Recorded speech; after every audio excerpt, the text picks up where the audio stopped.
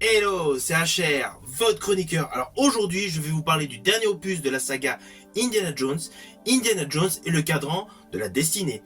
Forcément, il a eu des pour, il a eu des contre. Moi, je veux vous donner mon avis. Il faut que je vous en parle. Let's go. Give 'em hell, Indiana Jones. A few times in my life, I've seen things. I've been tortured with voodoo. Been shot 9 times, including once by your father. Ah, sorry. But I've been looking for this all my life.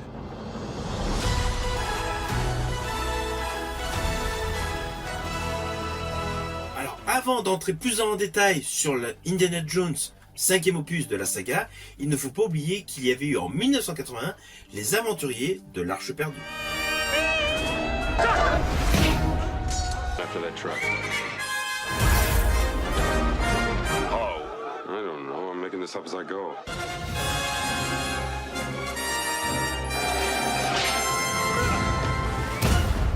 Trust me. En 1984, il y avait eu Indiana Jones et le Temple maudit.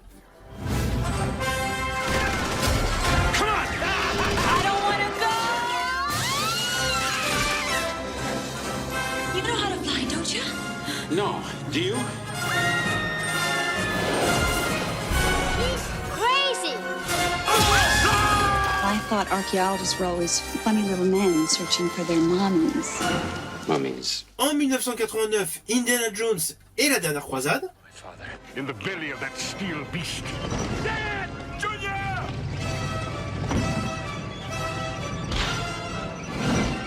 You call this archaeology? The quest for the Grail is not archaeology. It's a race against evil. Germany has declared war on the Jones boys. Those people are trying to kill us. I know, Dad! It's a new experience for me.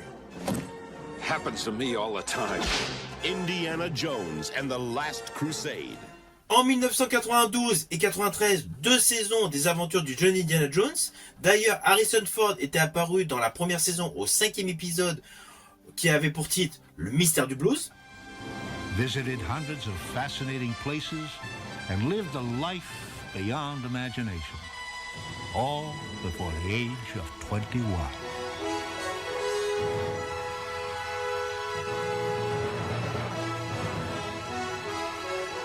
Et en 2008, la 4e aventure d'Indiana Jones, Indiana Jones et le royaume du crâne de cristal.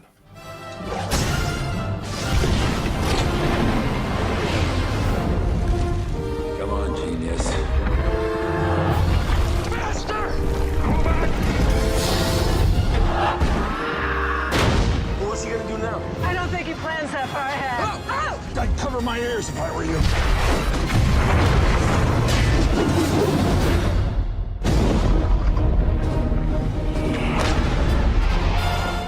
Alors le pitch de base est assez simple. Nous avons donc la filleule d'Indiana Jones, Elena Shaw, qui vient donc voir donc, le personnage interprété par Harrison Ford pour lui demander de l'accompagner pour une nouvelle expédition à la recherche du fameux cadran de la destinée. À la retraite. Bon, bah alors, qu'est-ce qu'on boit? Un verre pour ma filleule. Vous avez trouvé quelque chose avec papa. Dans un train, pendant la guerre. Un cadran qui pourrait changer l'histoire. Pourquoi tu cours après la chose qui a rendu ton père à moitié dingue? Oui, je vous l'ai fait extrêmement simple, car si vous n'avez pas vu le film, vous me connaissez, je préfère que vous découvrez par vous-même les lignes scénaristiques de ce film.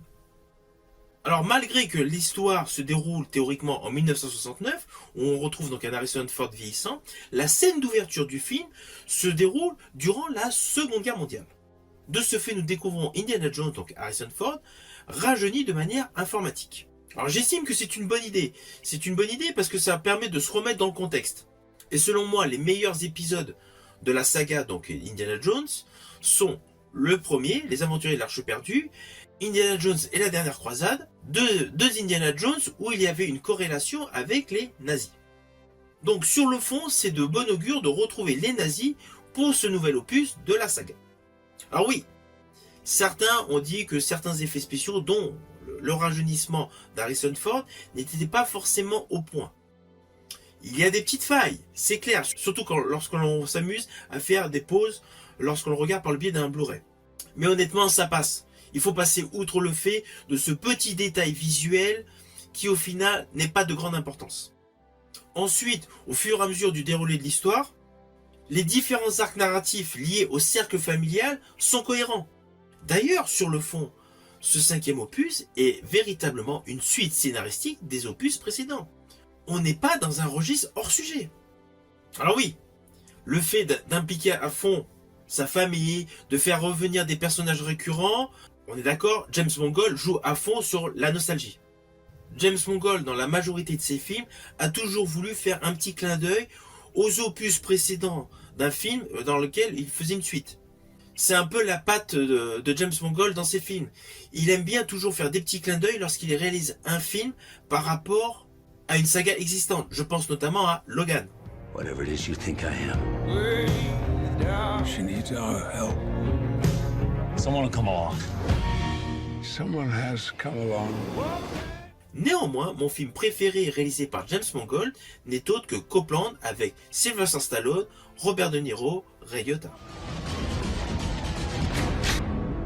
Everybody's watching you, Freddy. Sylvester Stallone, Harvey Keitel, Ray Liotta, and Robert De Niro. Copland. Alors comme dans tous les opus de la saga Indiana Jones, notre Indy doit une nouvelle fois traverser le monde pour découvrir un artefact historique. Et comme dans tous les opus de la saga, le final est à 100% dans le registre du fantastique. Mais il m'est arrivé dans ma vie de voir des choses. Alors concernant la réalisation, donc surtout sur la nature des effets spéciaux, je rajouterai qu'il y a de très bons moments dans le film. Notamment la scène qui est au tout début du film, la scène où Harrison Ford donc est à cheval en plein New York. Cette course-poursuite au cœur de la parade est parfaitement maîtrisée et elle paraît extrêmement juste. Je préciserai même que selon moi c'est une des meilleures scènes du film.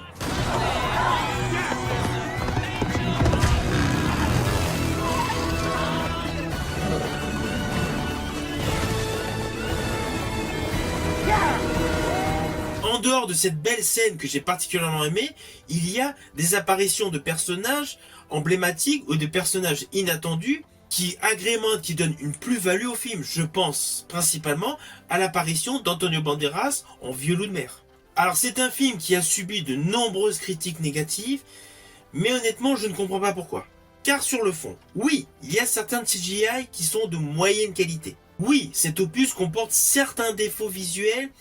C'est un fait, c'est indéniable. Mais je rajouterais que dans les opus précédents, il y avait déjà des opus qui présentaient des défauts. Il suffit juste de s'attarder par exemple à l'opus juste précédent avec le crâne de cristal. Il y avait des petits effets visuels qui laissaient à désirer.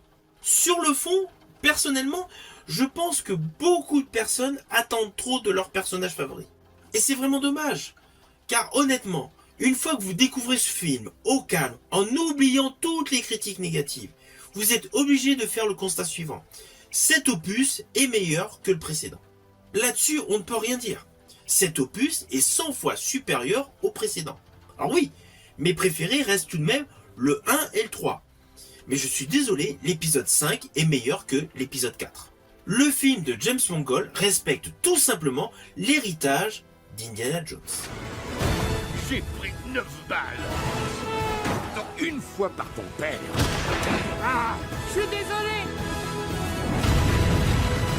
Mais ça, je l'ai cherché. Toute ma vie.